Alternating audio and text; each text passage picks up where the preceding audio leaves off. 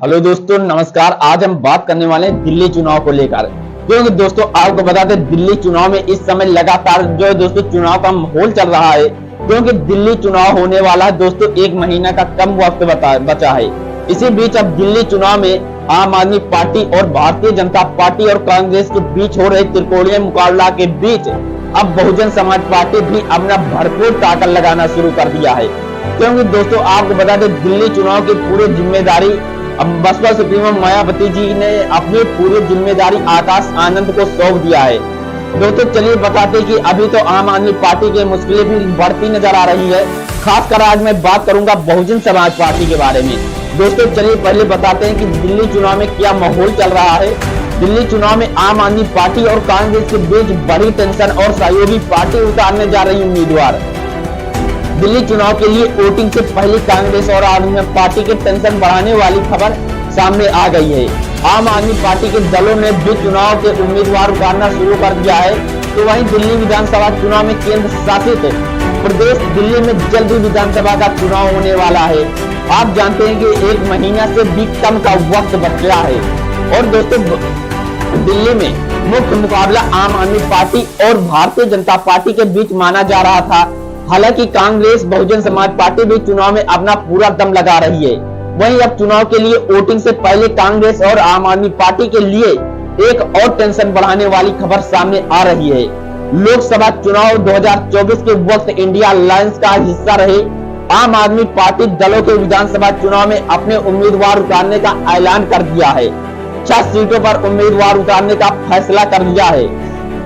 दरअसल मार्क्सवादी communist party के वरिष्ठ नेता वृंदा कारात ने गुरुवार को बताया कि वाम दलों की दिल्ली विधानसभा चुनाव में उम्मीदवार खड़े करने का फैसला किया है। वृंदा कारात ने बताया कि वाम दलों और दिल्ली चुनाव में 6 सीटों पर चुनाव लड़ेगी। वहीं अन्य सीटों पर वाम दलों की ओर से भारतीय जनता पार्टी के खिलाफ लड़ने वाले सबसे मजबूत उम्मीदवारों को समर्थन दिया जाएगा। 6 में से 2 सीट पर चुनाव लड़ेगी। और दोस्तों आपको बता दो, माकपा के 8वें झारखंड राज्य जो दोस्तों महाधिवेशन के भाग लेते हुए वृंदा कारात ने कहा कि मार्क्सवादी कम्युनिस्ट पार्टी दिल्ली में 6 में से 2 सीट पर चुनाव लड़ने का कारात किया है।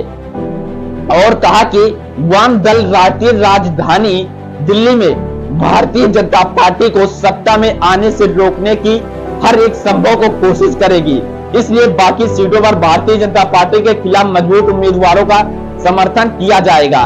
तब दिल्ली में चुनाव आयोग ने बीते मंगलवार को केंद्र शासित प्रदेश दिल्ली में विधानसभा चुनाव की तारीख का ऐलान कर दिया है। दिल्ली में 70 सीटों के लिए विधानसभा चुनाव एक ही चरण में संपन्न कराया जाएगा।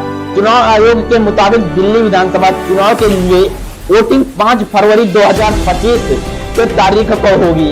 वहीं चुनाव का परिणाम 8 फरवरी 2025 को जारी किया जाएगा। और आपको बता दो दोस्तों, दिल्ली चुनाव में भारतीय जनता पार्टी भी महिलाओं का जो दोस्तों काफी ज्यादा सुविधा देने का और वोट अपनी ओर आकर्षित करने का सुविधा दे रही है। अब दोस्तों बात करते हैं बहुजन समाज पार्टी की।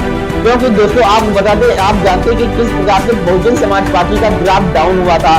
वो लोकसभा के चुनाव में उत्तर प्रदेश में ही नहीं, काफी जगहों पर जो दोस्तों बहुजन समाज पार्टी का ग्राफ डाउन हुआ।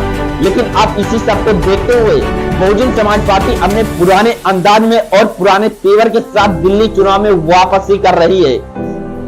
तो दिल्ली चुनाव में मायावती जी ने सभी सीटों पर चुनाव लड़ने का ऐलान कर दिया है। और आकाश आनंद जी ने भी अपनी भरपूर ताकत झोंक दिया है और लगातार वो रैली जनसभा भी कर रहे हैं। और उन्होंने ये एक और जिद ठाना है कि मुझे घर घर जाकर प्रचार प्रसार करना है और बसपा सुप्रीमो मायावती जी के गिरे और जन आधार को और तेजी से बढ़ाना है। और आपको बता दो दोस्तों, आने वाले चुनाव में अब बहुजन समाज पार्टी भी अपनी पूरी भरपूर ताकत से लड़ेगी। क्योंकि आप जानते हैं कि इस समय युवा शक्ति जो चल रही है, जो दोस्तों सभी गांव युवा जिस ओर आकर्षित होता है उसी ओर उसके घर वाले का ओर बहन भी जाता है। इसीलिए बहुजन समाज पार्टी ने अपना सबसे ज्यादा महत्वपूर्ण भूमिका आकाश आनंद जी को दे दिया है। अब आकाश आनंद जी भी युवा के दिल में जगह बनाना शुरू कर दिया है और अपनी पार्टी के मजबूती में लग गए हैं। दोस्तों पूरे वीडियो में आपकी क्या राय कमेंट बॉक्स में जरूर दीजिएगा। मिलते किसी नए वीडियो में, तब तक के लिए जय हिंद, जय भारत, जय वीर, नमो बुद्धाय।